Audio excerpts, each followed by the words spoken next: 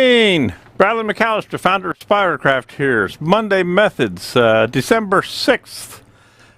Part 2, I believe we would say. Today we are bowl coring with the Woodcut Bowlsaver.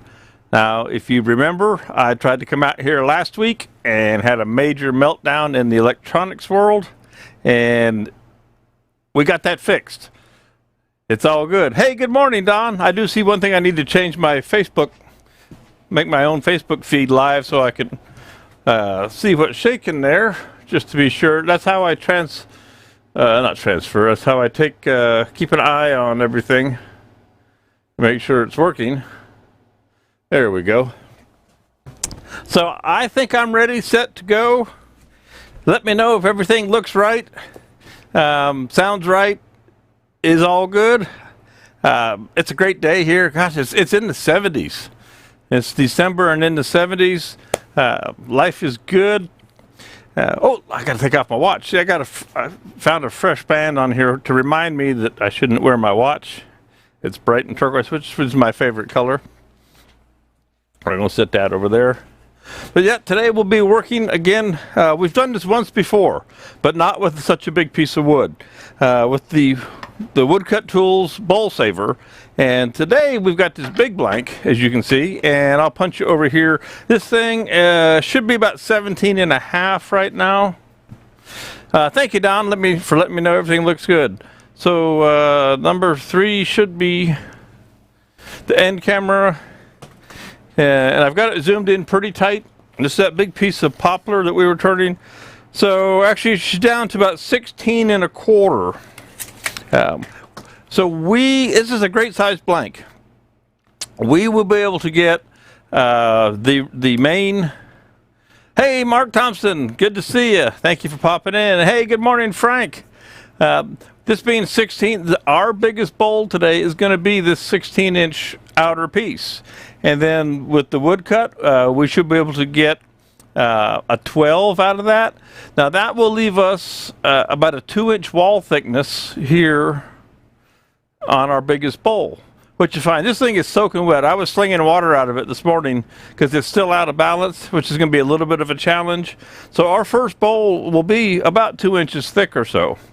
And then we'll take repetitive bowls out as we go down through here. So I'm really looking forward to this. I'll do a little setup. I had a tool post on this before, and it's time to grab its own tool post. It's dedicated. I was swapping it back and forth between the iron gate, so I ran in and grabbed another tool post for this. Sales part of the morning for real quick. I did put the Bowlsaver on super sale today for today only because of Monday Methods, and we're showing it. So in the store, it is $477.97. And if you haven't seen any of the posts, whatnot, and I haven't sent out an email to the folks on the email list at Spiracraft, but we have a new points system in the website. So anything you purchase gets you points towards future purchase, and we're running double points right now in December. I just set this thing up last week. You can also get points for referring people. If you send a link to somebody and then they come into the store and even just register, you pick up some points. If they purchase something, you pick up some more points.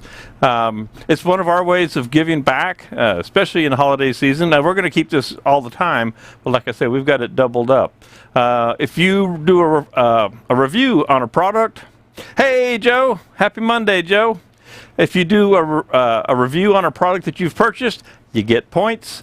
You get the idea, you see how it works. 500 points is $20 worth of point credit, cash credit in the store.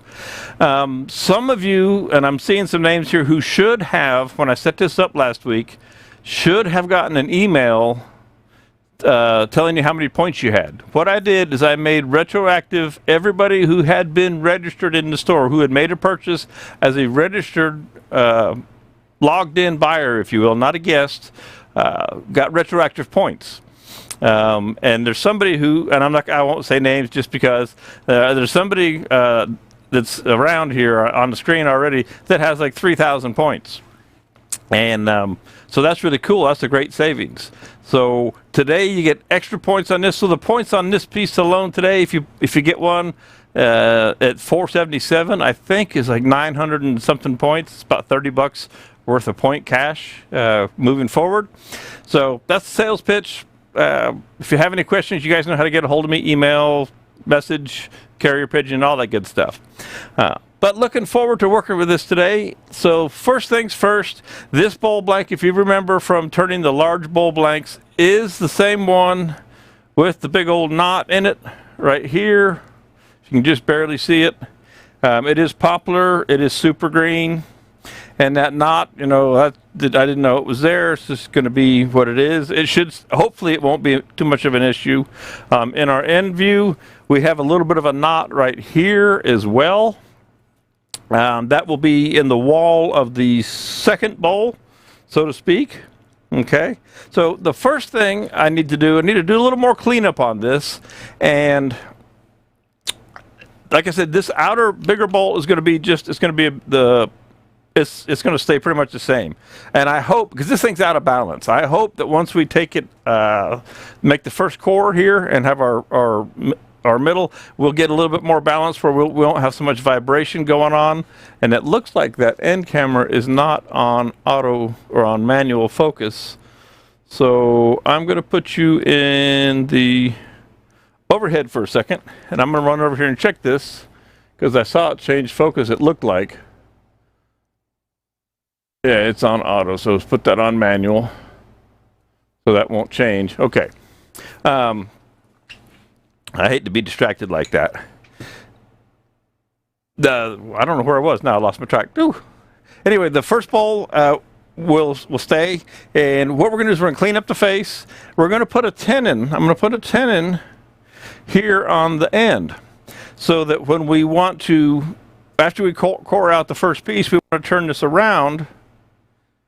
We want to turn the piece around and put a tenon on the bottom of it so we can hold it. So if we go ahead and pre-make a tenon on the face here for our smallest bowl, then we can easily just pop it back and forth and back and forth and back and forth.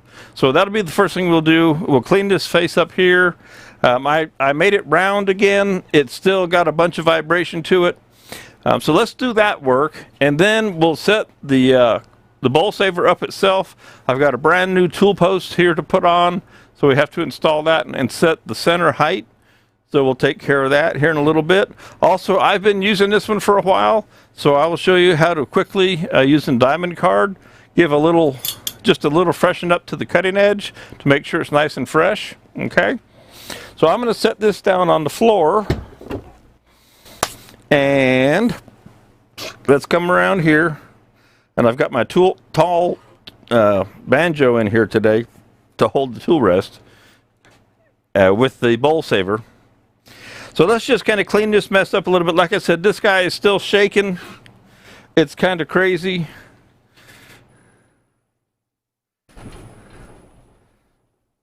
It's just because it's out of balance.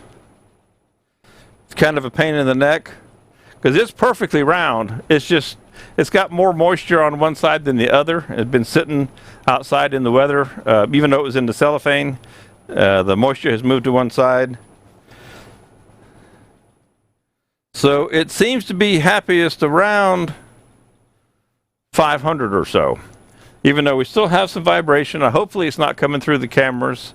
I will probably put you on the end camera there while I clean up this face and make the tenon. Make sure that's in focus. So you see a little shake in the tool rest there. There's nothing I can do about that until I get this guy, if I ever get it in balance. It'll be in balance once it dries.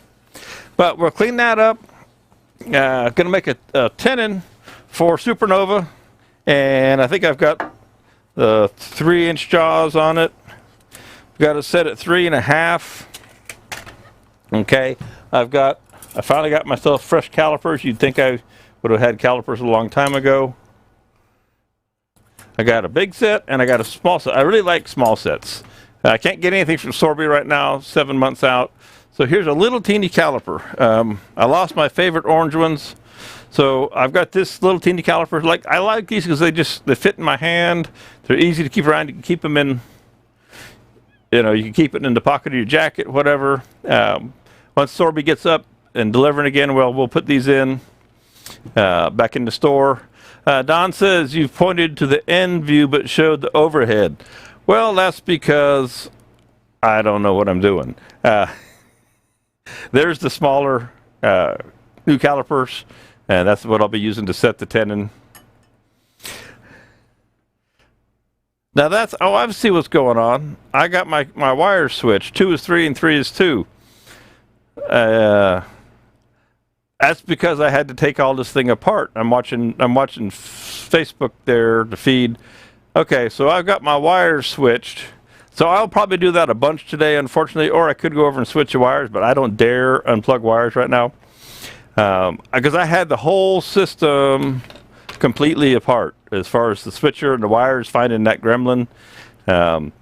So I just have to remember that this can be backwards. 3 is the end and 2 is overhead. And I'll look over, I'll try to remember to look over to my monitor to the left and or my one up front if I can see the green bars. Stop yapping and get to work. All right, Rich, I'll get on it. All right, so let's see if we can't get this on the right camera. That's the overhead. So end camera. End camera's 3 today. What am I to say? Good to see you, Rich. I hope you're feeling better, doing well, all that good stuff. So this tool rest is when it's as low as it can go, it's puts you just about center. Anyway, we're just going to kind of clean this up a little bit, best we can. It's tough when they're shaking like this.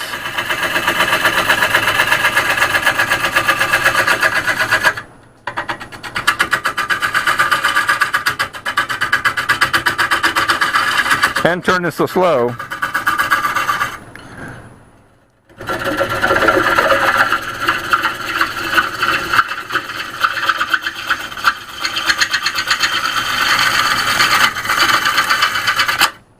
When everything you're working with is shaking, it's kind of crazy. Won't let that wing hit this time. And because I like to use all the tools, I'll use a carbide cutter to make my tenon. Square carbide cutter.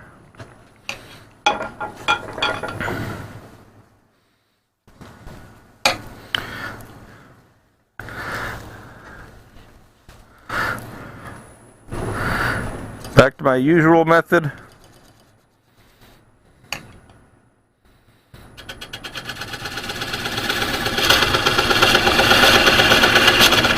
I think that's actually a radius cutter, but that's right, pretty close on the money.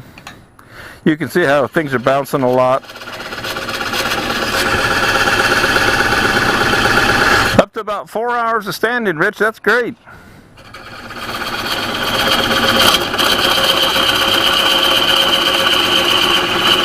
I'm glad to hear that.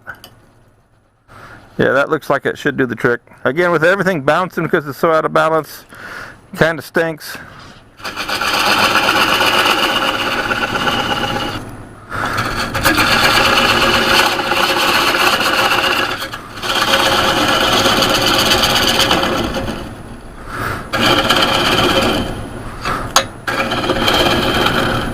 Clean that up. Like I say, I've got a Supernova set up with 3.5 inch, 4 inch jaws.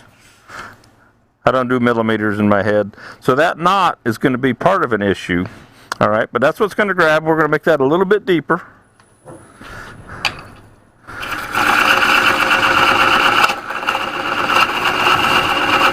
These Easy Wood carbide tools, the square ones, make it so easy to make a tenon.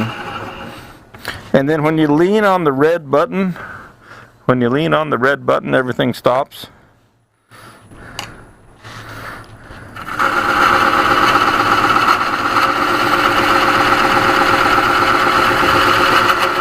Okay. Put a little dovetail on there. It's going to be exciting today with this thing shaking. Like I say, hopefully when we get the first core done, that issue will go away. Okay, everything should work just fine. I'm gonna double check because it's kind of a recessed slash tenon. Yeah, I'm good. It's good to check that now. Okay. He says, okay. We're all good. Time to finish setting up the Bowlsaver. Set this off in case I need that in a little bit. Set my Bowlsaver here. First thing we'll do is put the tool post in it. And probably the best way, the tool post has, okay, 3 is 2, 2 is 3. The tool post has a collet on it, okay? And that collet is for setting your height. And I know it's a little far away. And then it also comes, the tool post comes with a pin, goes in that hole for tightening the guy up on here. So we'll just kind of snug our collet back up. This is quite simple.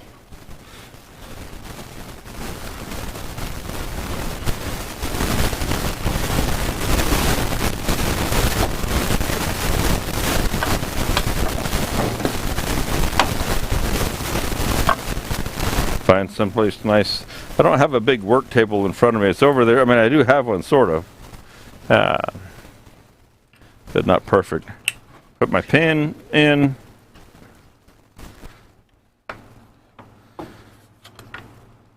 Tighten her right up. Okay.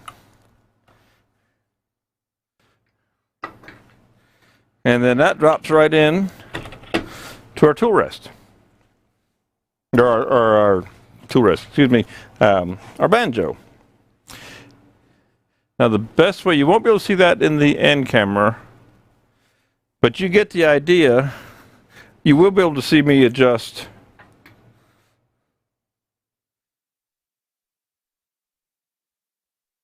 the height, but I'm going to set this. My lathe is a little close. I hate to move my lathe. Maybe I'm going to move my table. Hang on a second. My banjo's hitting my work table, storage table here. So I'm just going to roll it out of the way a little bit.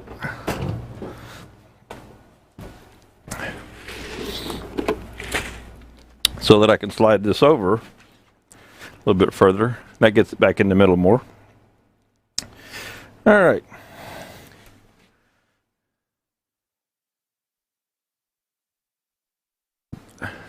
So looking at our tip, our actual tip, and I'm going to pop you to the end camera now. I will be so happy when I change that back. So you can see I got my tip right here, and I'm looking for my center. I loosen up the collar stop.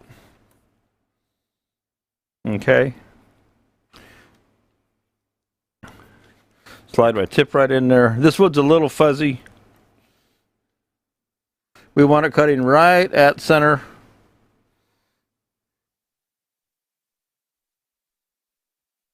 Will it work on an 18-inch swing? Sure. That won't bother it in the least. You still will only get technically speaking, Rich, a 12-inch bowl out of this. But your 16 or 18-inch bowl that you've already turned will be just right. So I think now I went just a little low. Let me go back up just a fuzz. There we go. Okay, good deal. So now we have our collar stop set. So all we have to do, that's one of the things I love about this. We want to take it in and out of off the lathe. That's it. Pop it in, pop it out, because now this is part of this unit. It stays there. You're doing whatever, you get your big blank, you're ready to core. Pop it in, tighten it down, set. That's it. That's all there is really to setting it up, okay? Other than adjusting your blades and all that. Now I do want to quickly kind of just give this a quick sharpen on the blades. with a diamond card. I've got 2 different diamond cards here. Doesn't matter. Long rectangular, credit card size. These are both 1,000 on one side and the other is 600 and 180. I'm going to go probably with the 1,000. I don't want to hit it as hard. It's not been used a lot, but I want to just freshen it up a little bit. Time to save the pennies, Rich says. Well, Rich, they're on sale today. Super duper sale. $4.77 plus you get a bunch of points in the new point program. Tell Mama you need a Christmas present early. Hey, my mom's in here. She says it's a beautiful piece of wood. Yes, it is, Mom. Good to see you. Hope you're doing well today. So I'm just loosening the handle up here.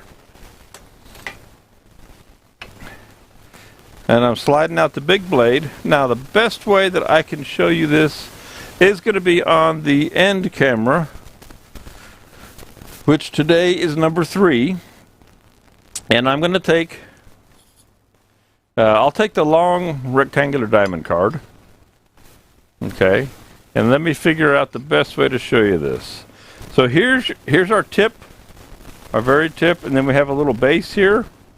And all we need to do is just lightly, you can use that bottom edge as a guide, and just lightly stroke right up the edge of that. Okay. And just freshen it up. We're not really moving any material off of it, just cleaning up that edge ever so slightly. If I see if I can show you from the end, you can't really see that. Overhead. Using the base and just straight up. You can also do it on the grinder, so on. If you want to just do it quick though, just do that. So let's put that one, slide that one back in. We'll do the little one while we're at it.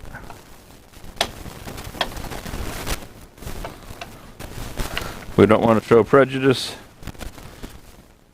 So this one I'll leave in the overhead view.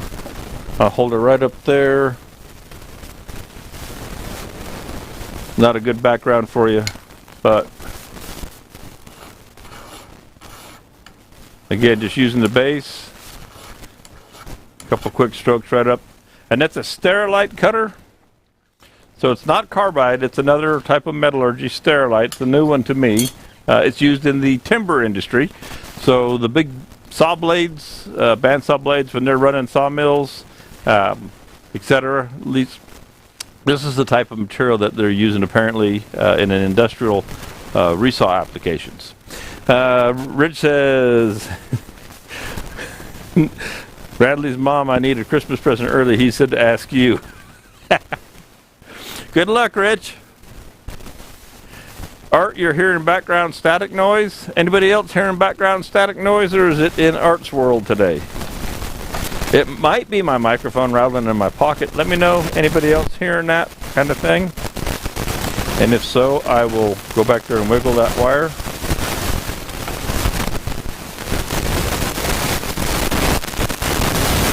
All right, so all I'm doing now, I'm popping back into the overhead, is I'm setting the blade, this little pad, that's what it sits on. Setting my blade right flush with the back of the cutter. For now, I've also made sure that my small blade, Rich says he's hearing noise too, it's probably this wire right here. And what I can do is change that to hang, bear with me a second, change it to hang there, and it probably won't rattle as much. Let me know if that makes it better. So we want to make sure that this one is out of the way for now, okay? So it's not going to hit anywhere. And we'll tighten everything back up.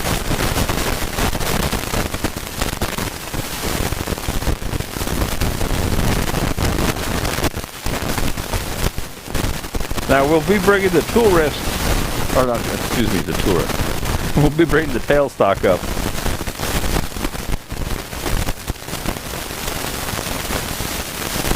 sounds windy. Well, I do have my fan on. Hasn't gone away yet. Noise got louder. It's tough being in a dusty world. Hang on a second. It's gonna pop.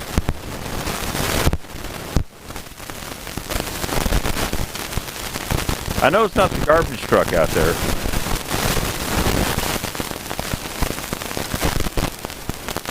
Let me know if it got any better or not.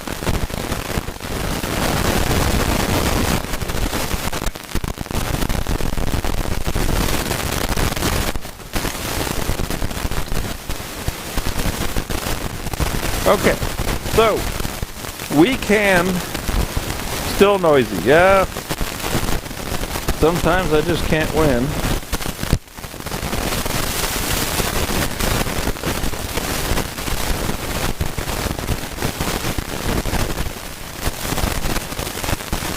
Still saying, well, that stinks, and I can't hear what it is.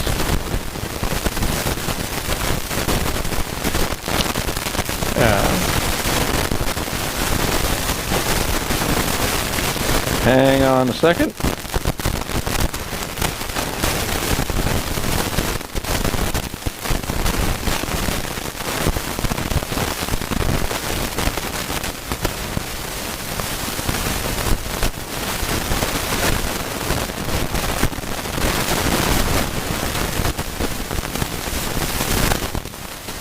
I just blew it out with compressed air. I don't know if that will make a difference or not.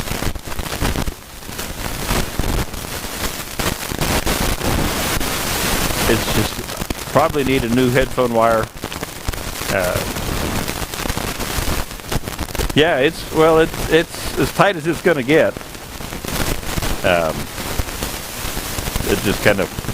Some days it does it. Some days it doesn't. Kind of stinks, and I don't know how bad it's sounding. If it's horrible, because I could. Let's see here. It could be on this end as well, and the only other thing that I can do, real quick, is switch out transmitters, but that's on and receivers. Yeah, yep. Let me, I'm going to go silent here for a minute, and I'm going to switch out transmitters and receivers. I will be back. I will leave you in that beautiful picture there. I'll be back here in just a minute.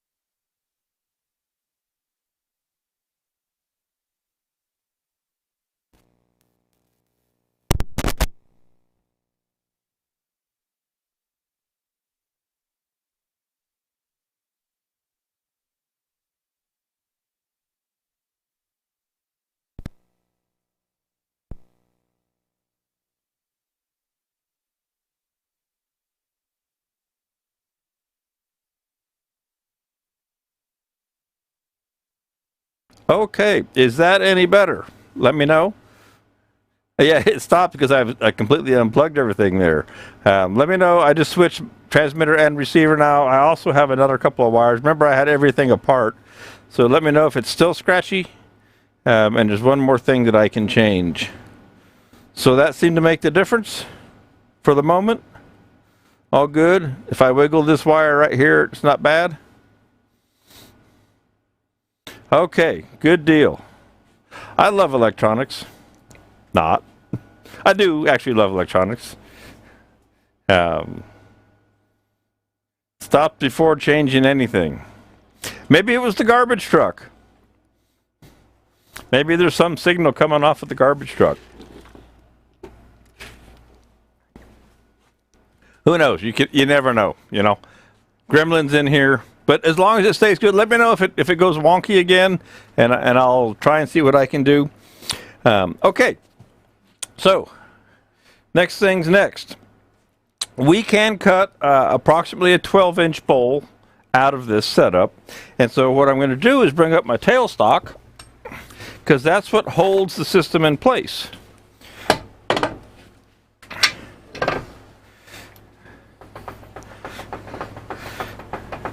Take this revolving stem center out of here.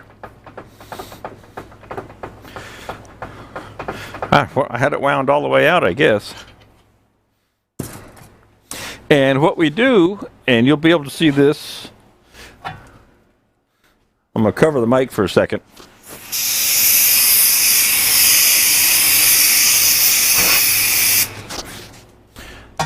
So that you might be able to see a little bit better. I was clearing that off. So what we got is the tailstock.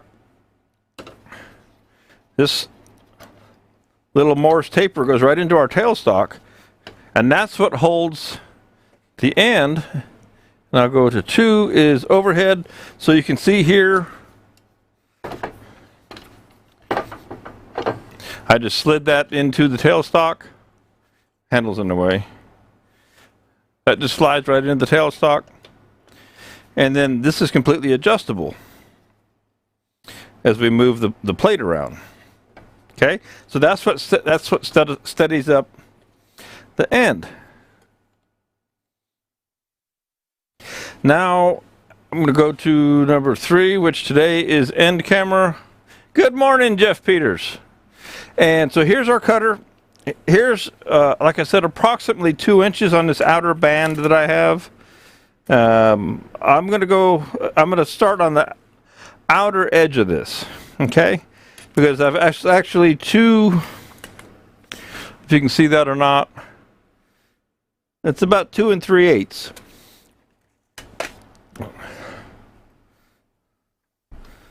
So what's going to happen is I'm going to be just a little bit off of center here, and that's okay.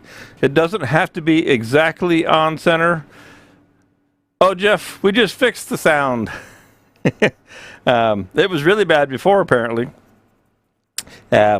We'll be off center here just a little bit, and that's okay. You do want to, if you end up being off center, you're going to want to clean your kerf out more often, because it will tend to try and want to bind a little bit. But you can make a different shape and size bowl. Now I have my jig right here. Good, and I haven't transferred these over to being on a anything hard surface. This is the large one, and that's the blade we have. So wherever we set this jig relative to that center bolt is where the cutter's going to hit on the back of the bowl. That's how deep it's going to cut. Now there's a laser jig that's coming, should be here any day now, and it's a laser light, and it'll shine on there. So I actually want to back that up a little bit. I want a little bit deeper bowl.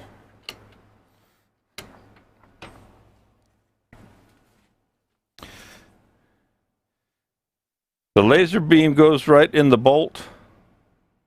That's too much.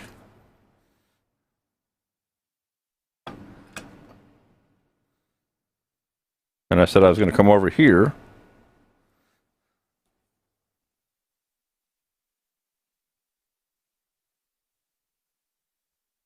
Back up just a fuzz. Jeff says it's fixed. Well, that's good. Perfect. Okay. So my distance now from the center bolt to over back here is what the cutter is going to cut. All right, and I'm just eyeballing that. And that looks like it gives me about 1.5 inches in the bottom.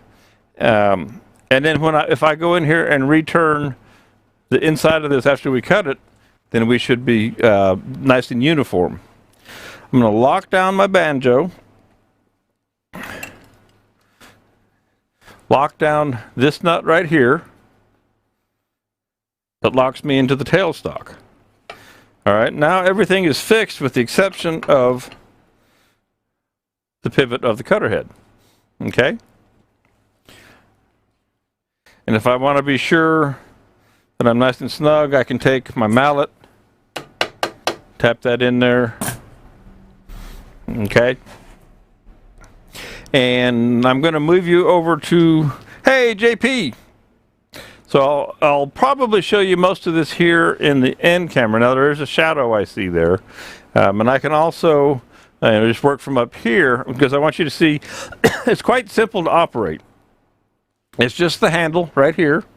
And that's all. And you may, if you're getting vibration, you may want to put your hand reaching over. You may want to put your hand on the blade. Okay? Just if you're getting any vibration. All right? Now, this bowl is just rough shaped. Remember, all I did 2 weeks ago when I turned this thing is it's just a rough shape on the outside. So the beauty of leaving extra is we can reshape this bowl to any shape that we want within the parameters of what we have for wood. All right. So let's go ahead and we're going to set our speed. Now this is going to be the tricky part because this guy again is out of balance. And it's going to bounce, but we want about 500 if we can get it. And it gets less bouncy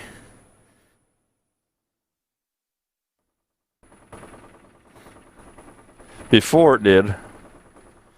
You can see the vibration again is because the piece of wood is out of balance. I don't want to turn super fast, but I do want to minimize my vibration.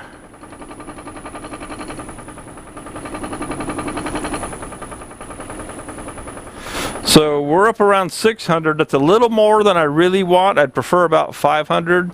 But I also have less vibration at this speed. And you can see when I go to the end camera, it's not too bad vibration-wise. And in the overhead, you can see the little bit of vibration we're getting. But we'll stay in the end camera here. How many bowls can you get out of a 12-inch blank? Jeff, that depends entirely on how thick you want the walls to be. Now, this piece of wood is green, so I need to leave it oversized as we typically will. I'm going to shut that off for a sec. We need to leave it oversized because being green, it's going to dry and it's going to warp, and we need to be able to return it and have enough wood to work with. If this was dry, if it was completely dry, you can turn your bowls with a 1/4 inch wall thickness, 3/8, whatever you want to. So you do the math, you can get a lot of bowls. You'll see, oftentimes you'll see nested natural edge bowls, like burls or just natural edge pieces, and they'll nest up 4, 5, 6 of them out of say 12, 14 inches. So you can cut them thin once they're dry because they're not going to move too much. So it's really a matter of how thick you want your walls to be, Jeff, to get them, to get as many as you want. Does that make sense? Okay, back to turning this guy on. Put you in the end camera, wrong button, Brad. Face mask goes on. I cleaned my lenses today. I cleaned my lens today so I can see. I know, novel concept, right? And we're just going to start to ease in here.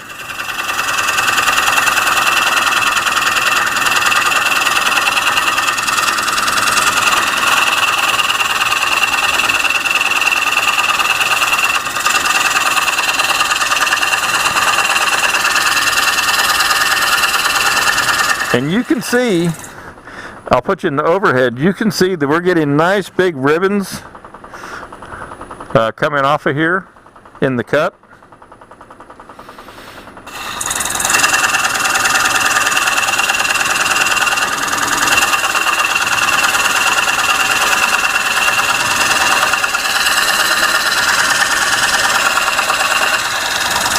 And again, I'm a little past center, so I'm going to go ahead and keep it, I'm going to pull it out, keep the curve clean, I'll blow my dust off.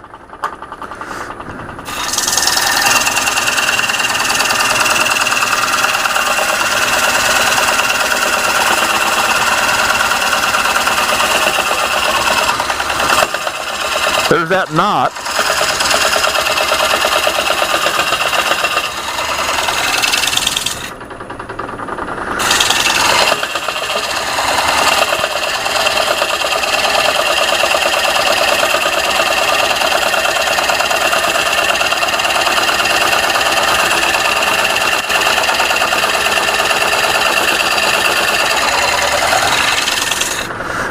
it out and stop for a second.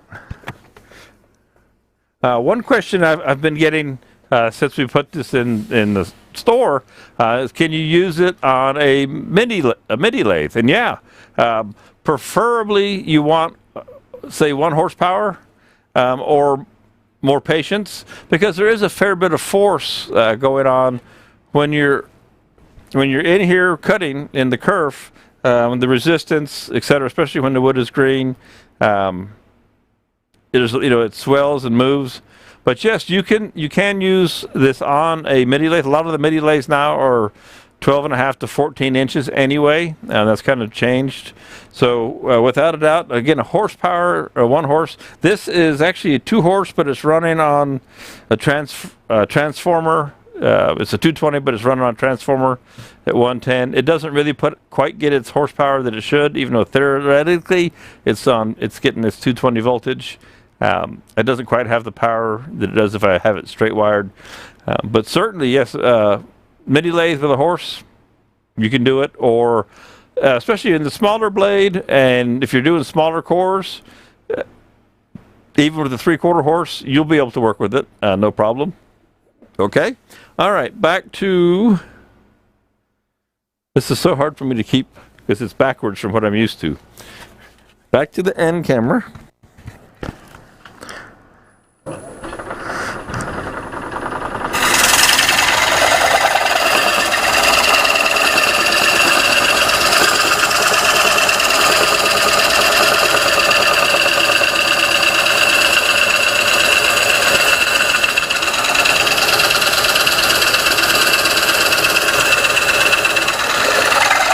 Now I'm gonna switch to the front camera so you can see how easy on me this is a no stress operation. Okay, I'm just standing back here.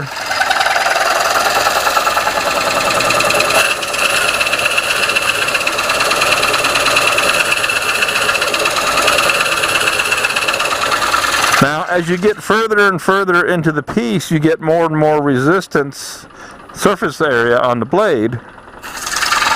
So you have to slow down a little bit, or expect that.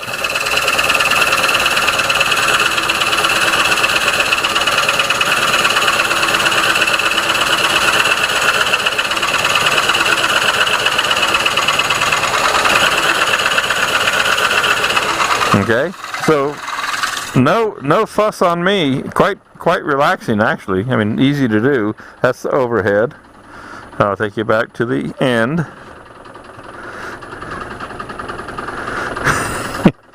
I like your math there, Mark.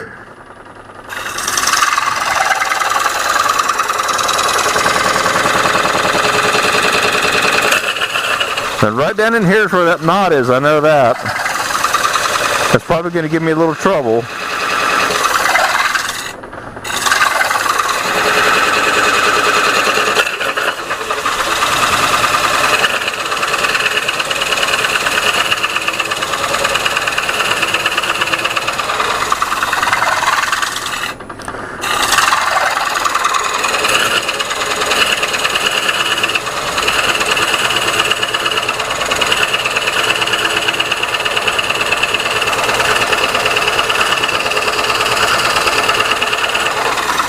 Just keep cleaning it out, and I'll keep my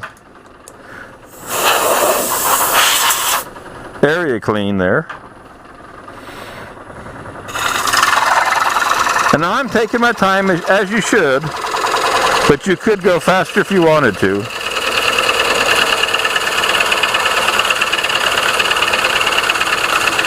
If you had one more imbalance.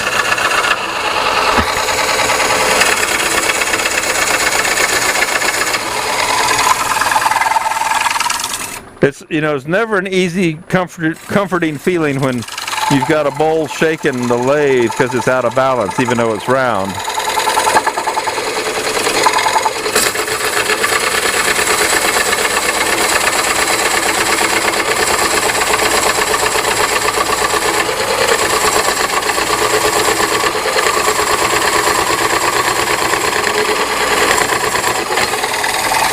I can see some of the dark wood from the knot showing up in here.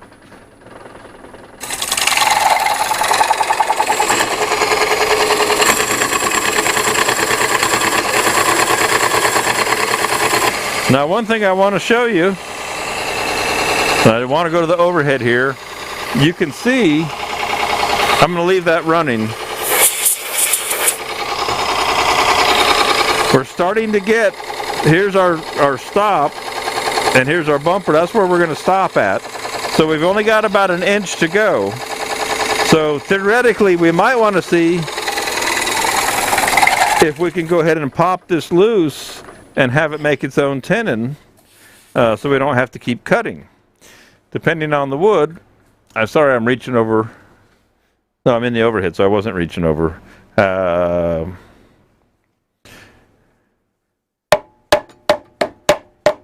Sometimes they'll pop real easy for you. Needs to go a little bit further. Okay.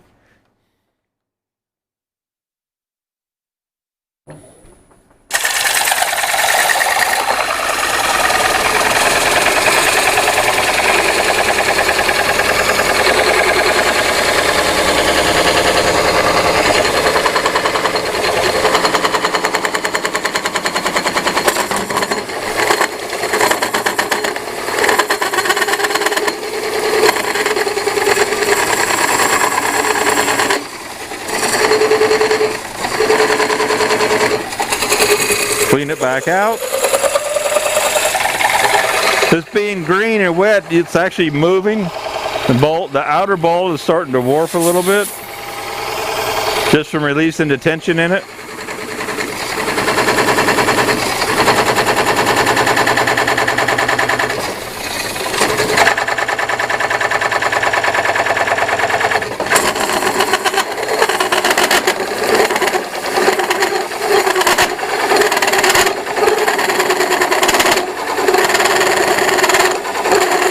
Okay, so we've come to the full stop.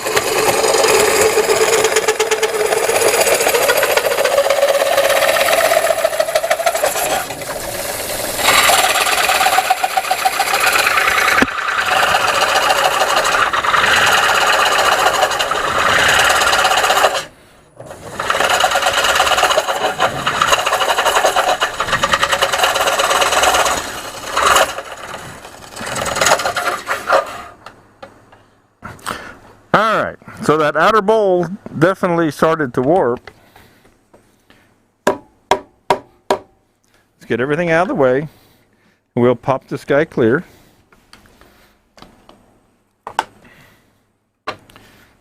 The beauty of this is that we can just slide that back out of the way, and we should be able to get this guy to snap.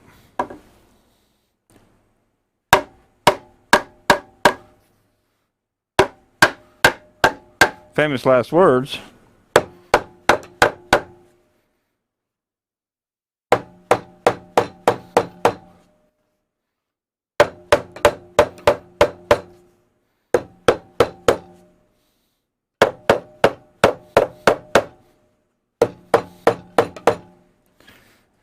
This one doesn't want to cooperate so much today.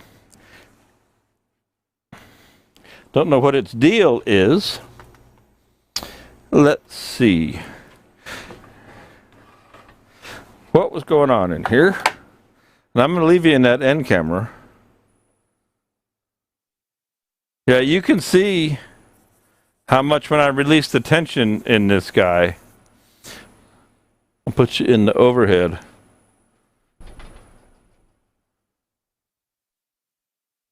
Even if I just turn it slow. It's when I'm releasing the tension, it really moved. So we're going to set up, kind of reset here. And I'm going to set a little further over.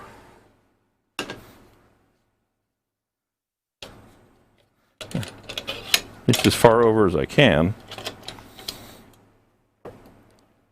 And it'll change the cut on the bottom a little bit. And you don't want to go too far or you start trying to lift. Okay?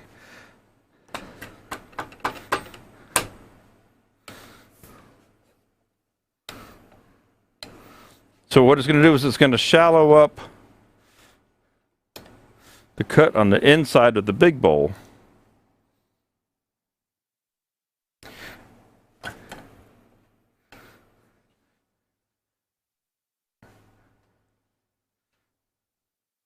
Okay. A little bit of adjustment. Come back in here and cut this again.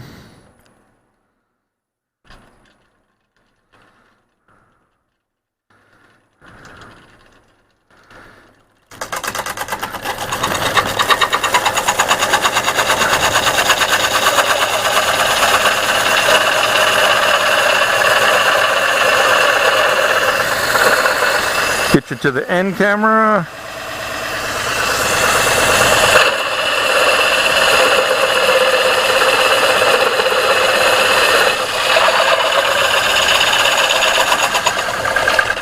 It's actually what by changing the adjustment there a little bit, I've actually increased the size of the kerf and moved it in a little bit.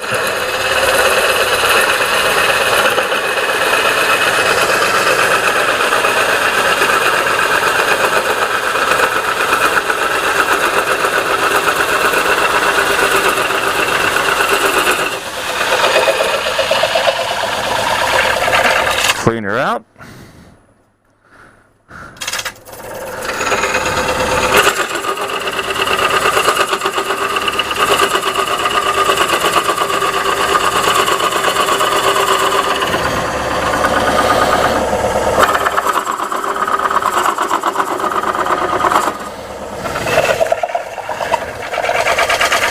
Clean it out, go back in.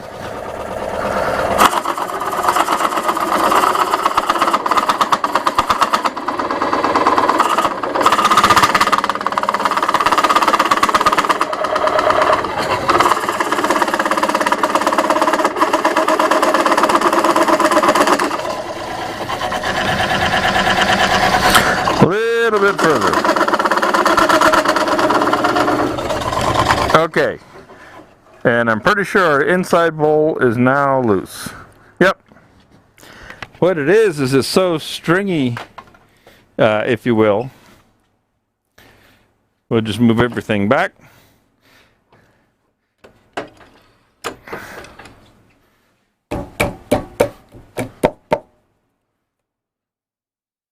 It's hanging by a fiber, hanging by a thread. Okay, because when we recut there, and then it took a little extra material out of that. It's not the end of the world. Now here's one of the great things. So we've got this that we need to clean up in here, right? And we want to clean this up before we move anywhere else. Hey, my dad finally made it. So we want to pop our Bowlsaver off the lathe for a minute. We want to come in here with a conventional tool and shape this bowl up however we want to do it, and then move on to taking the next one out of our blank. Okay, so that's real easy to do. There. Just loosen it up. Yep. The vibration from the bowl being out around made that bolt come out, so we'll put that back in. But we just pop that out, super simple, like that.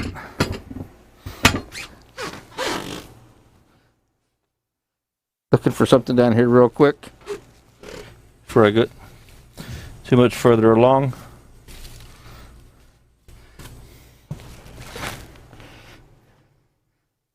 Okay. We will come up with that. So, but we're going to fix this. All right? So we've already got our banjo in here. So that's overhead. I keep getting that backwards. This guy right up here. We'll just clean up the inside of this guy. As soon as I find out where I hid my tool rest for myself. How far could it go, right? Famous last words. It's just down here in all the chips. That knot, you also can see That knot was making life difficult.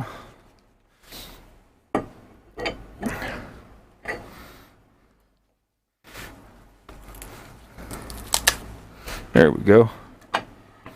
Got double knots in this thing. Got another one. Another one right there.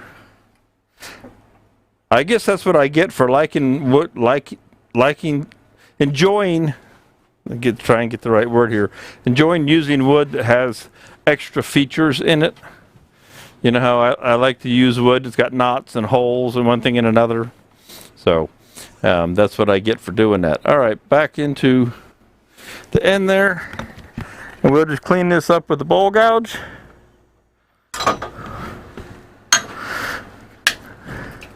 Get all this loose stuff off of here first. It'll come off. So we didn't lose any of our, outer diameter, obviously. That's all good.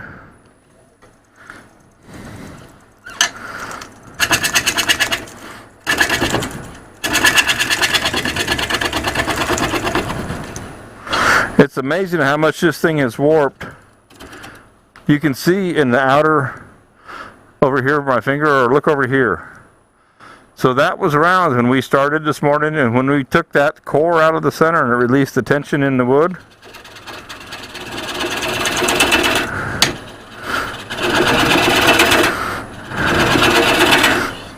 Off you went.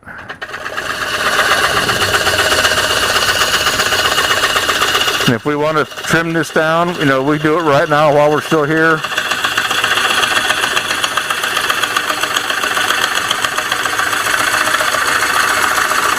If you do want it to be uniform in thickness,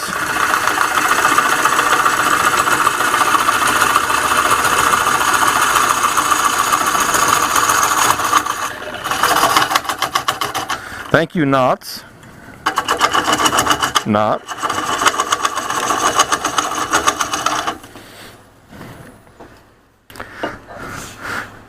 Knots always make life so much fun. Okay, I'm going to take a little bit more out of the bottom of this. My walls are fine. Let's take a little bit more out of the bottom of this. Right where the knots are, of course.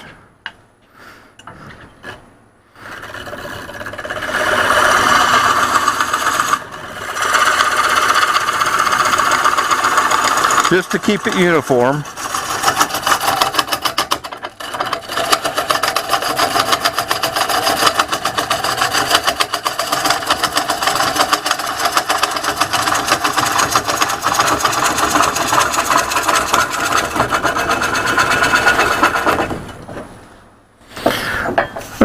I'm going to reach around the back. It's got really pretty wood in it. I'm going to reach around the back side here real quick. Okay, I'm going to put you in the overhead and trim this back up a little bit because it's moved so much. At least we can get some speed out of it now. And we'll just kind of a little shear scrape cut there.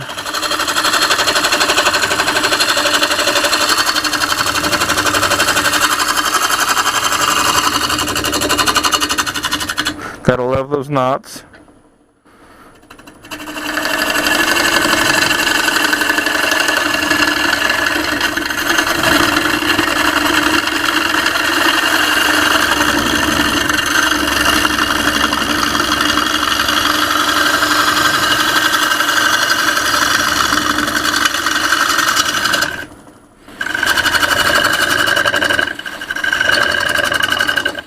That's right where that knot is.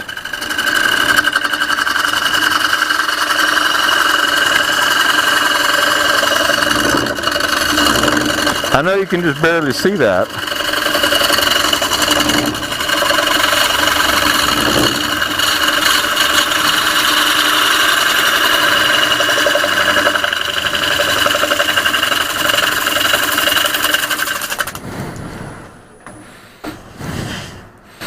And there's a knot right down in there. That knot's loose. It's got a piece of it wants to come out. But what I'm doing is I'm reaching through Not even using calipers, just to make sure that I'm kind of uniform. Okay. Let's pop back in here. Oh, wrong one.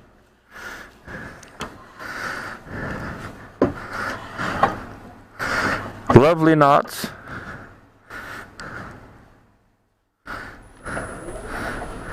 And then I'll make another pass down through here real quick, and then we'll stop messing with this and we'll go on to coring.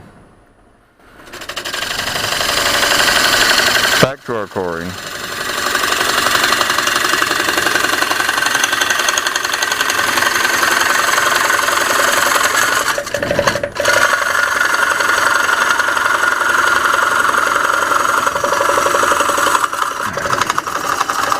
Those knots really want to bounce right there.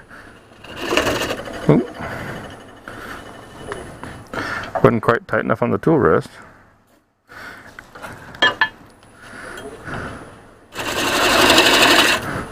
I just want to take a little more out of the bottom. It's still a little thick.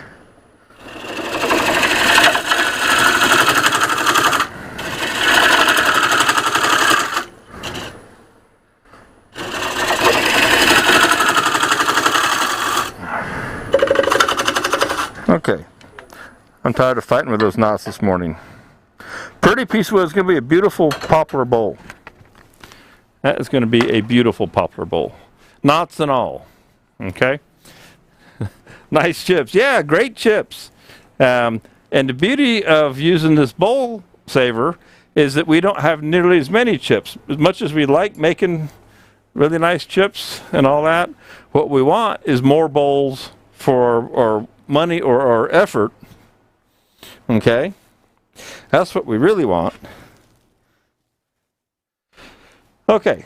So let's get set back up. Let me get this guy out of here, and we will continue on. See, the thing about chips is now I can't find anything because I've covered everything with chips. Get this up here. There we go. And we're done with the Titan. I've got a Nova Titan on here right now.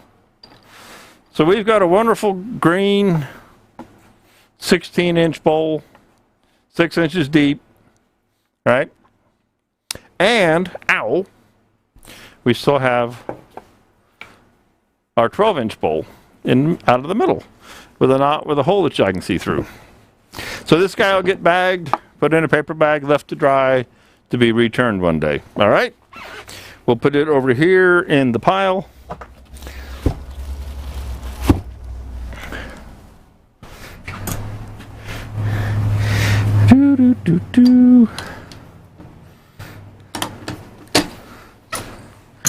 And like I said, I've already got the Supernova set up with the smaller jaws, and so we can then put a tenon on the bottom of this other guy.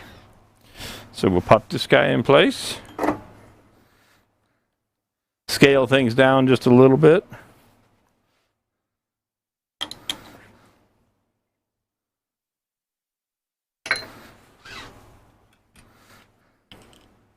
It's been a nice fall here. You know, like I said, I'm down in Georgia, if you guys don't know that, and it's actually a little warm. It's been nice and cool, pleasant, and now it's warmed up just a little bit.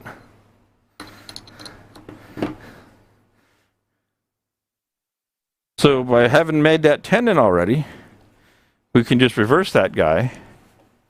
All right, and we can make our tenon down here. So 3 is 2. I have to keep remembering that in my head. So this tenon that I made on the back side, or on the inside, that's going to go away when the bowl center is turned away eventually. So we'll make it's too bad if we had been lucky. You can almost see this. If I had been lucky, I would have gotten my tenon right here. I've got the start of it. It would have been perfect size. I already have enough to grab. It's in a dovetail. It would have been perfect to have the tenon right there, and we wouldn't have to make another one, or we just have to clean it up. So we had to give up a little bit. You can see we've got this knot hole here. All right. Let's fix this one up, and we'll get set back up. And I think I'm going to have to look for a bolt that vibrated out of this in the chips because of that shaking. Hopefully this won't be shaking. All that shaking is in that big mass. So let's clean this guy up.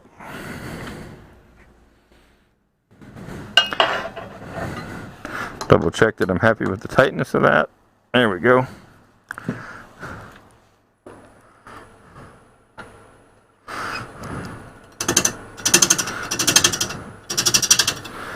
That's the overhead. I'm going to put you in the end camera.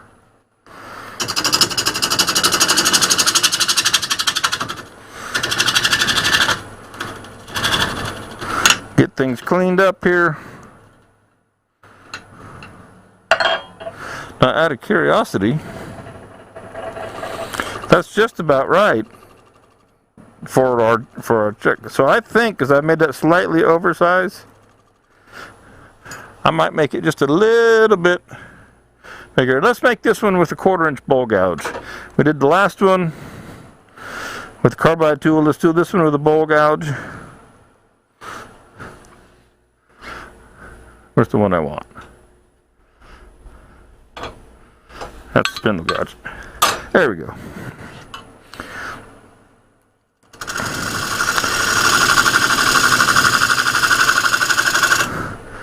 Before the carbide tools, I made all my tenons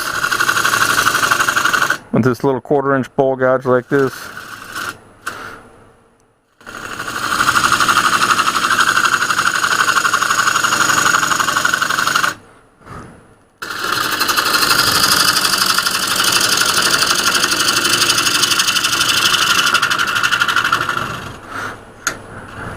Too lazy to raise the tool rest up.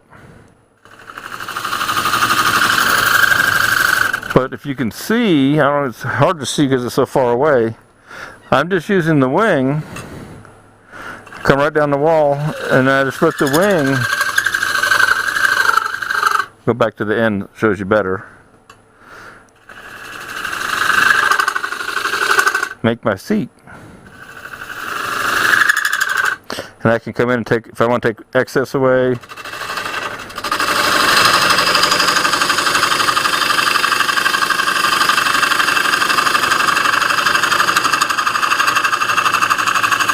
You know, everybody develops their personal preferences, and I've always preferred working with a smaller tool than a bigger tool. I don't, don't ask me why.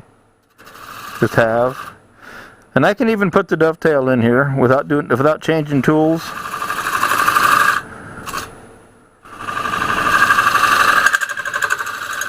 Okay. Now, if I want to change this outer shape, I can leave this flat like that, or I can go ahead and shape this bowl now. This is one that's got a knot again, got a hole here.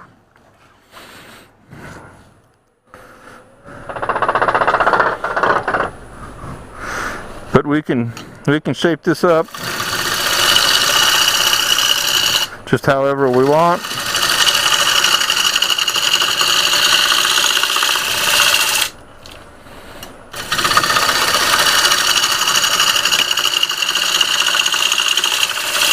And then that part is taken care of. And if I pop you in the overhead there, you can see I'm just cleaning that up. I had a big flat there I didn't really necessarily want. Okay. So, back into the end camera. We've got our tenon. We've got a little divot in it, but this is pretty small. I'm not going to sweat that. And here's the beauty. Now, here's the beauty of all this. We just pop and turn it around. Okay? Same chuck.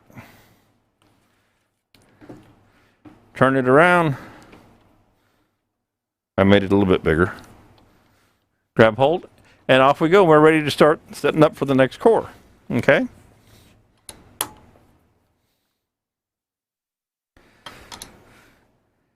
How are we doing on time? What's the time man say? 12:12. Any kind of questions, guys, while I'm changing things around? Pop it in the comment column there. I can see I've got an edge here to clean up, but we'll take care of that in a minute. Okay, I'm going to put you in. Oh, I'm going to need that. Let me clean this up, then I'll put you in the end camera, because I need to find. I'm missing the bolt that vibrated out of there on me. So let's clean this up first.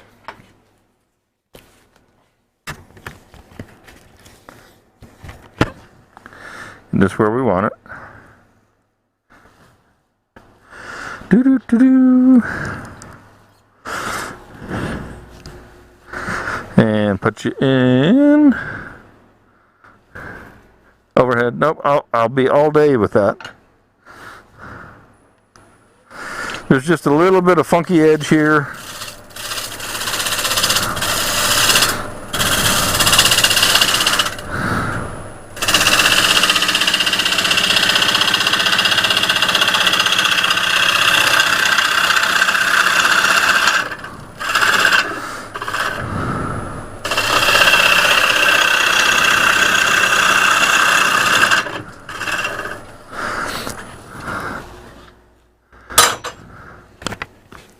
Oh, look, we've got a nice knot hole right in the very edge of this guy. One of my favorite things. Now, looking at this, popping into the overhead. So I didn't really calculate as well as I could have. I left a little extra in the bottom of that bowl. So this bowl is already kind of shallow. It's only about 2 inches. So theoretically, our next core will be fairly small. Okay. So I had 6 inches. I left a little too much wood in the bottom of the big one. And that's because I could have, would have come in a little bit closer and gone a little bit deeper. Because I don't have the paper jigs set up. Glad to see the edge removed. Yeah, that was kind of gnarly. Because I don't have the paper jigs set up on something stiff, I did not take enough depth. Okay, and that's my own doing, and that you saw me end up turning that away. So had I taken a little more depth out of it initially, I would have had a little more here, and I probably could have got a nice third bowl out of this in green, and had the depth. So I'll end up being a little shallow here, and again that's because you're supposed to. But I don't do what I'm supposed to always because there's the light. I'm waiting for the laser light. These are supposed to be glued. I cut them out and you're supposed to glue them to like a piece of 1/8 inch, plywood or plexi or whatever to have them nice and flat to give you an accurate representation and measurement. And I just haven't done that. And so that's my bad on that. Same thing, with the big one as well. So I didn't actually accurately measure, and so that's good to know that can happen. So a point to be taken: make sure that you do measure accurately with the jig. Okay, and again, if I would put it on here, like I said, I'm really excited. The laser is going to be perfect because it goes right in the bolt, and I'll show you how. And then you don't have these type of jigs, and that's why I haven't messed with those because they're on their way. They just haven't made it here yet. Okay, all right. So, all that cracking aside, I'll stop talking.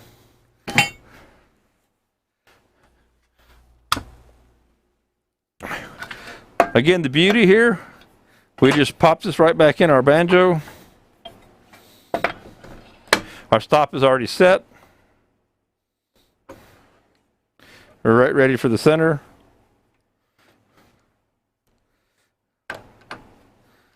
Now, I probably, just because of the size, I probably will change blades, and that'll be good. I'll show you the blade change. But like I said, I do need to find. I lost the bolt because of the vibration of that big heavy bowl. There is a bolt that goes into. I'll pop you right here. This that goes into the tailstock. This nut sits up on top. Right. And the bolt vibrated the whole nut loose at the top, and I saw the washer fall down, which means down in the chips here somewhere is the bolt that actually goes in there that I need to find real quick. And hopefully I can find it without issue or a long period of time. So I'm going to leave you on the end camera, just with a picture of that beautiful piece of wood, while I get down here in the chips real quick. And, oh, there it is right there. Hunt is over. All better. It was actually back behind me. Okay, there's the bolt that I was looking for. So again, good reason not to try to not use pieces that are out of balance, right? They make life harder. And the washers. Okay, lock washer there.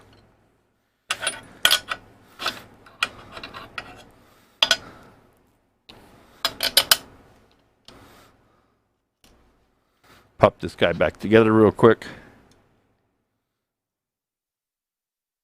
Put that on top of that. Vibration can be the enemy. Like I said, if you've just kind of joined in recently and you weren't here at the beginning, Spiracraft does have these on sale. Actually, I'm gonna put this on the bottom, out of my way. These are on sale today. A super special deal of $477 in the store. They're normally $519, and they've been marked down a little bit from that. And for today only, because of Monday Methods that I'm using this out here today, well, I knocked them down to $477. So if you're interested in one of these, we've got them in stock. Send them out. Shoot, if I don't take a nap, I can send it out today after my Mexican restaurant lunch. But no, so they're on sale. We've got them in stock. They work really well when you're not on something that vibrates all the time. Get that on there, come on. Hate to have you have to sit here while I fiddle.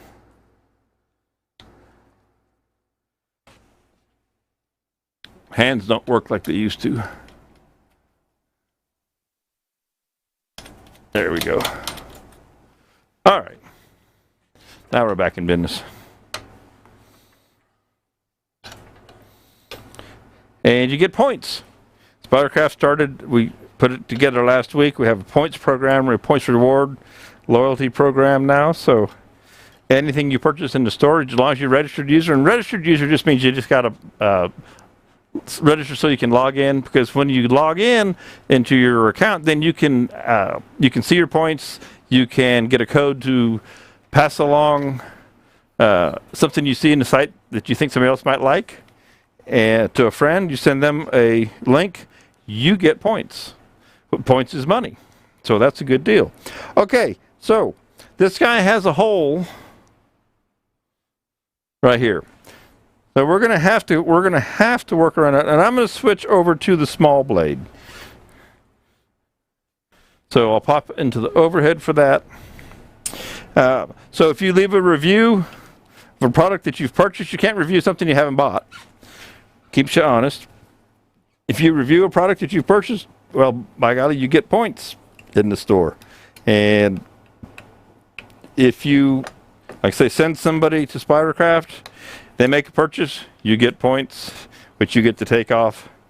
How do you check points, Joe? You log in, and since the last time you logged in, if you haven't logged in, or if you have logged in, log in, just go up to the log in, and you will now see a couple of captions for points. It's called My Points. So when you log in, and you'll be in a box, and I think I got a picture out there.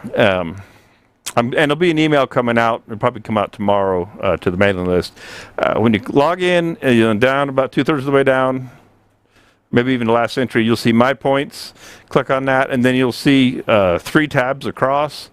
And one shows you how many points you have, and then another one's earn points, things like that. So that's where you check your points and get the codes to give somebody else a link. Or that's also where you click to review a product. Okay? So yeah, it's right in your account. You just have to be registered. And Joe, I know you're registered. You got points. I know it for a fact.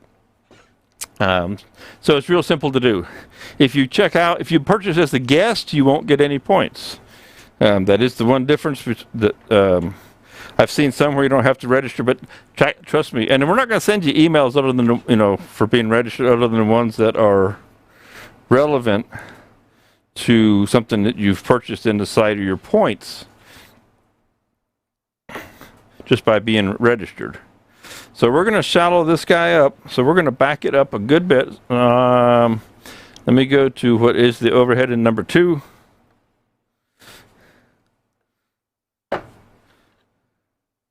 And I'm going to come and here, I'm going to start just outside of this knot hole. Okay? So that's where I'm going to start to make my cut. And I need to tighten that up. Talking points and adjusting. Got to be sure I get everything back where it's supposed to be. And I need to make sure my big one is slid further over here out of the way. There we go. This is really fun to work with. If I had had one of these when I was turning bowls all day long, I'd have made a lot more money because I'd have had a whole lot more bowls.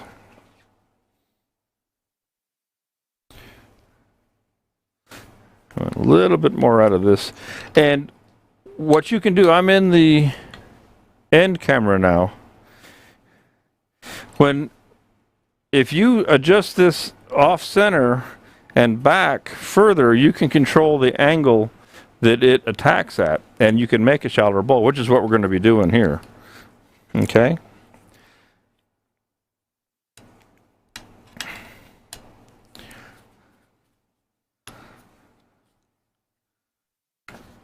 Now this one will have been, again, fairly shallow because I didn't measure properly on my bigger one. So let me make the mistakes. You learn from my mistakes. Be sure you measure properly as I get ready to now take the jig for the small cutter and line that up. So right now, see, I need to come way back.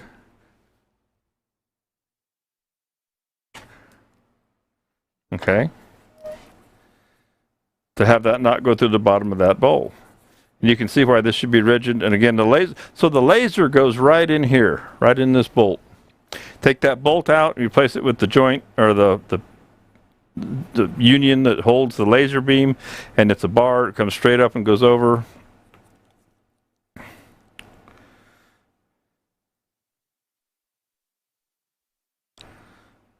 So a little further back. Yet. And this is going to be super shallow.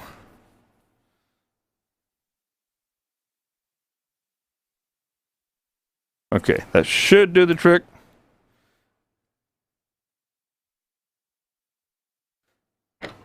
And I'm actually gonna do this one in a little bit of a strange way.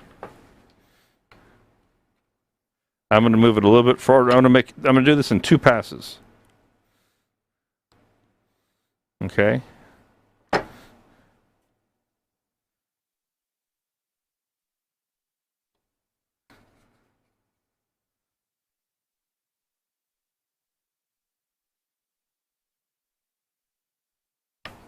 Get that snug right there. Just outside of my knot. Pop you in there, an end camera. Hey, Michael's here. Michael, you missed it when we were doing well, you can watch the replay. You missed it when we were doing the big old guy. This came out of the 16-inch piece.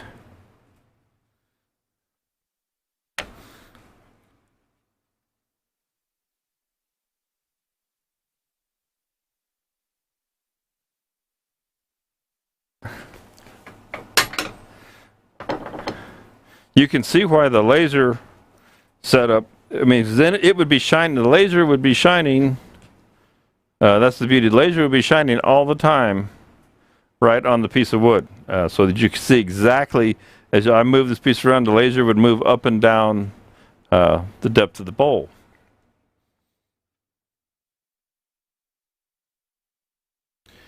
Okay, I think we're going to go with that. snug everything up.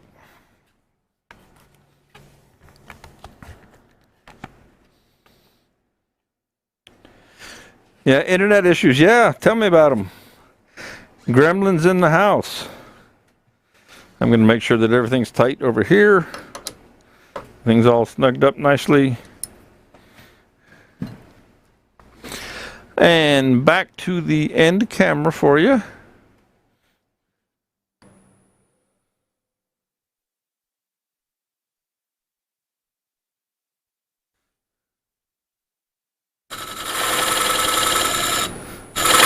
Now I'm just going to make that first cut, and I'm going to double check and see where I'm at. So there's my knot, and I want to leave, I'll sacrifice this. I want to leave that knot to have enough material on either side of it, okay?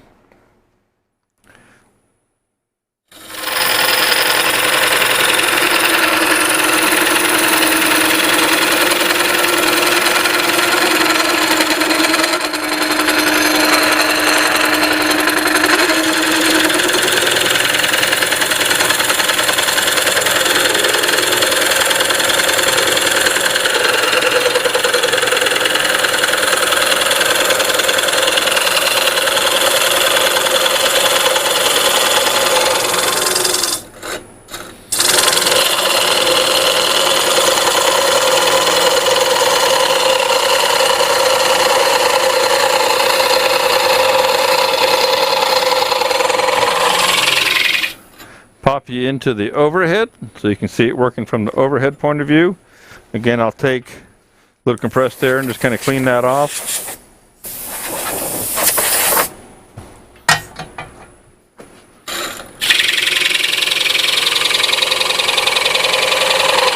Again, if you're just joining me, this wall thickness is being left thick because this wood is green. It's not dry, so it's going to warp. So we don't get as much, we don't get as much yield out of our cores because we need to let that warp and dry and have room to be returned. So back to the overhead, that's what I was showing you.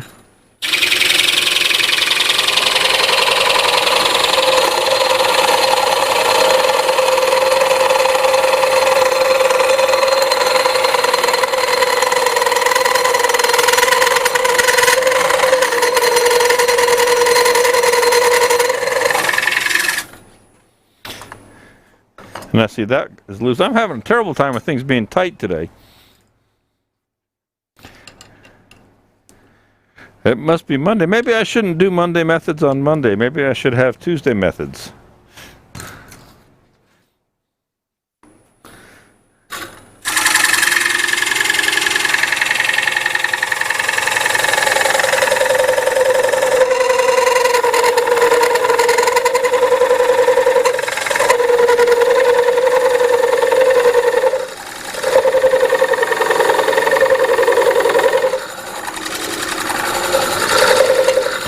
Okay, now I'm going to stop and readjust because I'm so far over, I'm actually trying to lift back up. Okay, so I'm going to slide this in just a little bit. Now granted, you know, it's not a big, huge bowl that you're getting in there.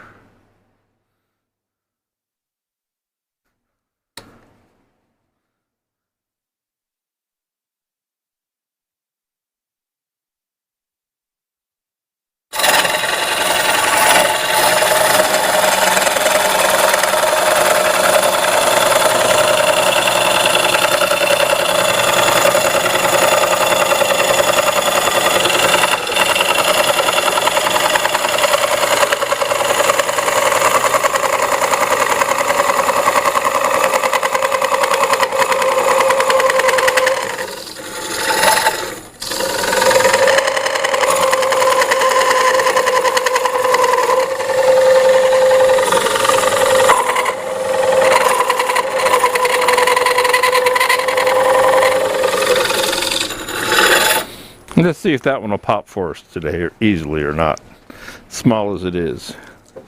I got a feeling it's not going to want to. It's so small, it's probably just going to break.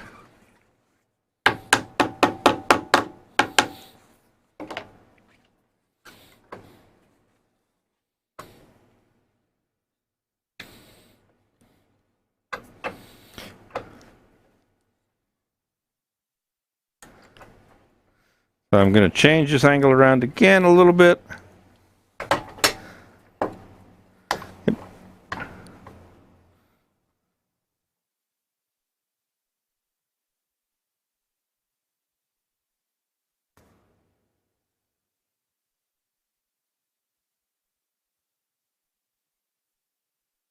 Oh, get that jig over there.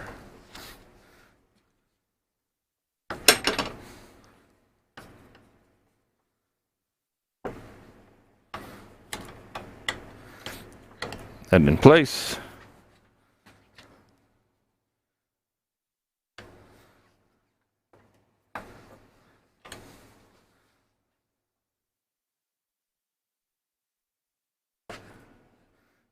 And take it a little bit more out of there.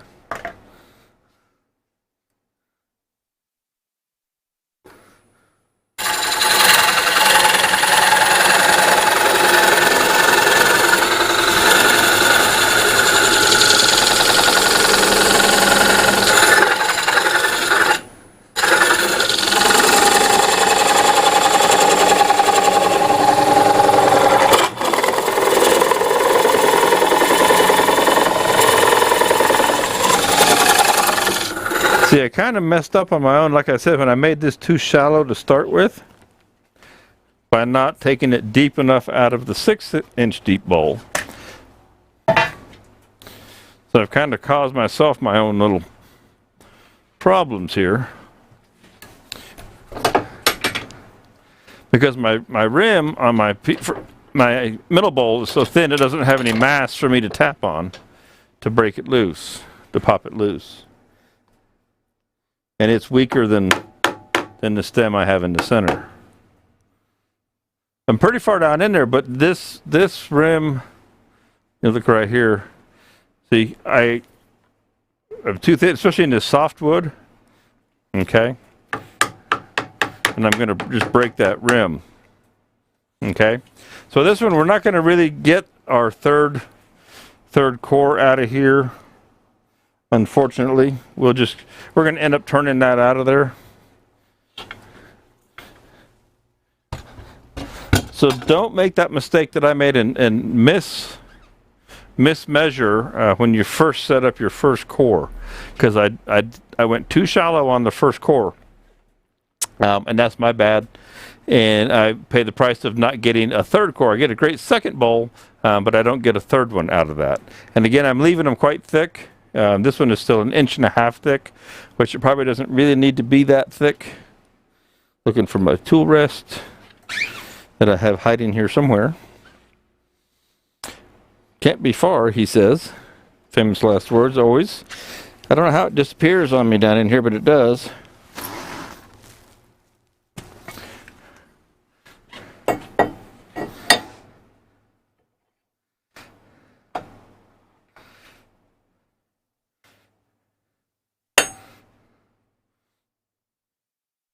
So let's do a little experimenting. Instead of just buzzing all this out of there, tailstock not solid. It's about using the tool more than making the piece. Granted, yeah, because this piece in the center here, this little guy, you know, I mean, it'd be nice to have that third one as a small one. In this particular case, it's nothing special. But here's what I want to do. I want to take some of this away. I'm not just going to blow it away. I want to show you what happened on the inside, the ramifications of me not setting the cutter deep enough to start with on the big bowl when I had the material to work with. And so I couldn't get this, and this piece was too shallow, right? So let's take a look inside this guy. We're going to kind of go exploring, a little surgery inside here.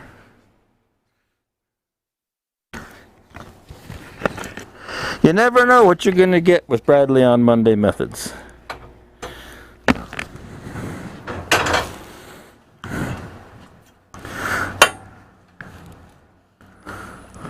So I'm just going to take away this paper thin edge right here.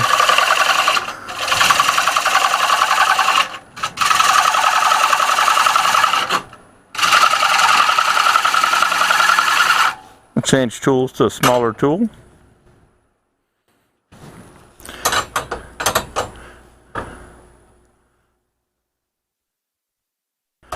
keep grabbing that silly spindle gouge.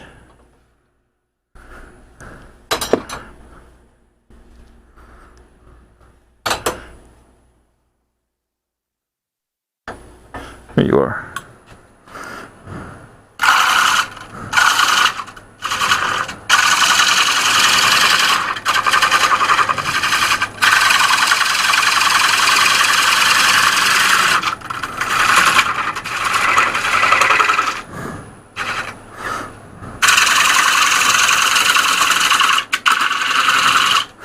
So I'm going to expose the back side of this.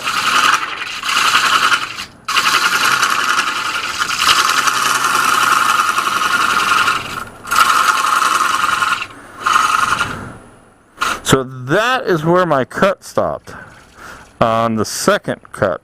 Okay?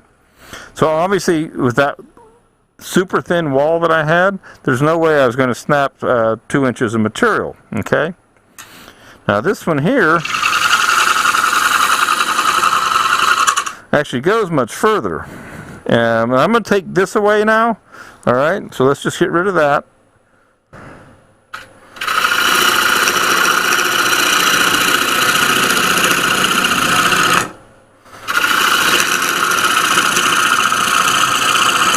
Anatomy of a core cut. That's what we're doing here. Now I'll take this edge away. I'll keep cutting this away till you see where we were on the initial core, or initial cut, before I changed it.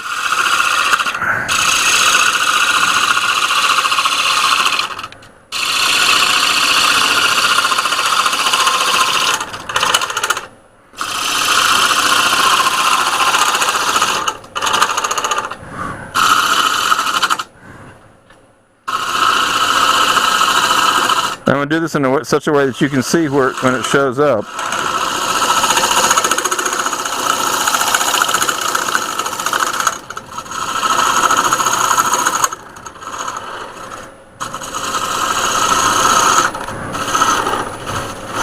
Okay, so there's what I actually had for my center, about 1.5 inches. Now, had I done it properly and my wall on my little teeny bowl that we just carved away was thicker, my outer rim was thicker, I might have been able to snap that, although 1.5 inches is pretty strong. So I needed to be able to go further, and what happened here, and let me show if I can explain this. I'll use the big knife. What was happening is that instead of going across the piece, it was trying to come back around and come up. All right, and that's why it started to bind, because it couldn't finish making the cut without starting to make a turn back around as you follow the curve of the knife. So the knife was actually trying to do that, and when it got here, there's a good representation for you. If I turn it like that, that's the kind of angle the knife blade had. Now it should have been like that. That's where the orientation the blade should have been at, but it wasn't, because I was trying to keep it really shallow. So what I got, I was like this, and it started trying to cut back uphill, if you will, and it just won't do that. All right, so that's the error of my ways. That's how close I was to almost having this be just like I wanted it. Okay, so let's go ahead and just clean this guy up. We'll call that lesson learned in the day, and learning to set and adjust and all those good things. We'll just take this out of here.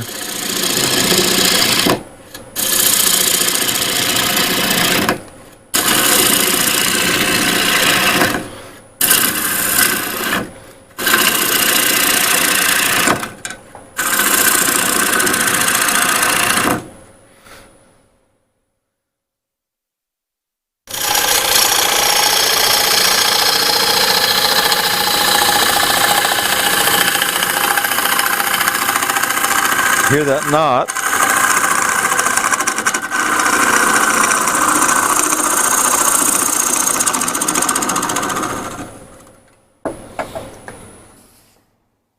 So I'm just making this uniform in thickness. We've got that knot right there. That's real close. Maybe one more pass just for fun.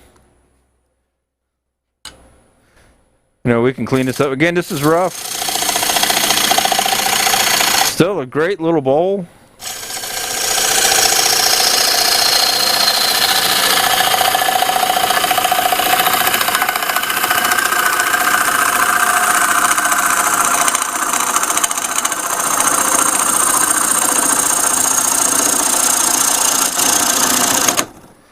And if I haven't mentioned, these are the Carter & Son tools. Carter & Son Tool Works tools that Spiracraft carries in the store.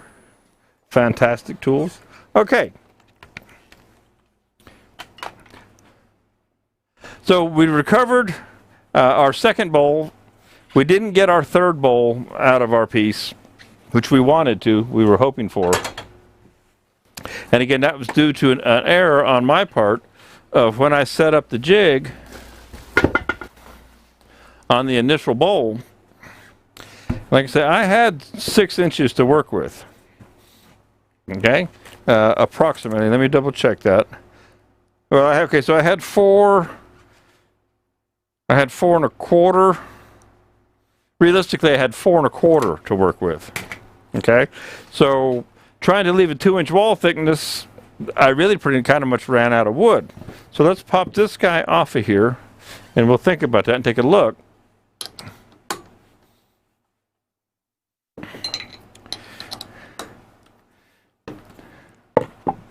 Yeah, so looking down inside here, which you can't see unless I do that, and I put you there.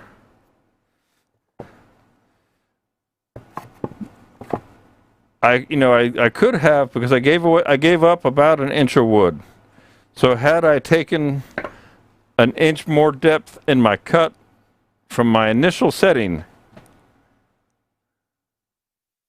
Oh, yeah, absolutely, Joe. Thanks for dropping in. Again, be sure and just log into the site anytime, and you can check on the points and see what you got going on there. Thanks for stopping in, and we appreciate it. Had I gone ahead and taken an inch deeper cut, I would have been able to probably get a solid third bowl out of here. And the other way, I can show you this if I just jump back up here.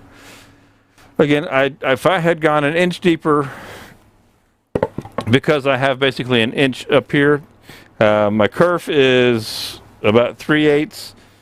Okay. So I could have been deeper. This bowl would have cut deeper, and then I could have had this center bowl, because this guy would have been deeper by essentially 1 inch. Then I would have had another inch here to work with to make what would have been, I got this little mock up here. It's really small, but you get the idea. We would have been able to get our third piece that was usable out of there. Okay? So, operator error, it's better than throwing all this chip away, because there's a great little bowl. I mean, that's a nice, what was that thing? Probably 10, 12 inches.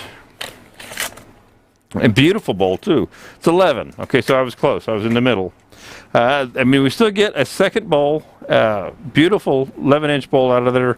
Got a nice knot, natural knot edge in it, and all that good stuff. You know, I love knot holes with a rim in there. Pretty piece of wood. Good deal. We're doing on time. 12:46. Let's see. That's pretty much what I've got for the coring today. Any kind of questions, fire them into the column there, in the chat column there. Again, I'll kind of wrap this up with the Bowlsaver is on sale today, because I was using it today in Monday Methods. $4.77, and that includes the tool post, which pops right in there real easy like. And you get points with the new points program. So I think this thing is a lot of fun. It does a great job. Again, is there a little bit of a learning curve? Obviously, I made a mistake today. Not a huge one. I still got 2 really nice bowls, which is better than throwing all that on the floor. All right. a little more attention to detail, which is not always my strength. It's just who I am, if I admit it. Yeah, I could have probably got that third bowl because I could have gone a little bit deeper. Maybe I should go ahead and glue these up. Yeah, like I say, though, even though I know that I have the laser light coming, so that's why I was just dragging my feet on that. But again, if there's anybody who's got any kind of questions, just tap it in the chat column there. Or, you can text or message Spiracraft afterwards. Go to the website, go to spiracraft.com, use the contact form, and shoot me an email. Again, the special pricing of the $477, I'll leave that on through the evening, through the night. I'll take it off in the morning. So we got them in stock, good to go, ready to ship. So we can fix you right up, get you coring. Yeah, it's a great way to save wood. So I'm going to wait a minute or three and trying to think and see if there's any questions. I've got a bunch of new products that are not out yet. That in the next week or two or three, probably realistically speaking, you'll be seeing them starting to pop up on Spiracraft.com there. But you'll see them in social media. They'll show up automatically. They get posted to Facebook and Instagram. Products from Woodcut Tools. We've got the little Wonder cutter tool, which is a high-speed steel or a carbide round style cutter, little end grain cutting hollowing tool. We've got the Flexi Hollower, which is the adjustable head hollowing tool. I've got tri-gauges, I've got angle gauges, I've got CBN wheels, diamond cards, part jigs for the sharpening system. And the sharpening system, we're going to be running a big special on the sharpening system. That's going to come up later this week, so keep an eye out for that. If you are looking for the True Grind sharpening system, the system is going, we're having a great sale this week for the holidays. So that's going to be coming out here later this week. That's all in stock. Lots of good things going on. Real happy to be bringing the Woodcut product in and working with the folks. They're real nice to work with. So I talk to them every week. It's fun talking in New Zealand. So anyway, Mike, it is good to be back up and running. And I will be here Thursday night, as far as I know. Everything should be, I should be here Thursday night. Glad I got it all back together too. Okay, gang, looks like that's about it. I'm going to wrap this up. Just kind of leave this in a overhead picture of those two bowls in the overhead camera. Got the fuzzy edge on it. We won't worry about that. Two pretty popular bowls right there in that picture.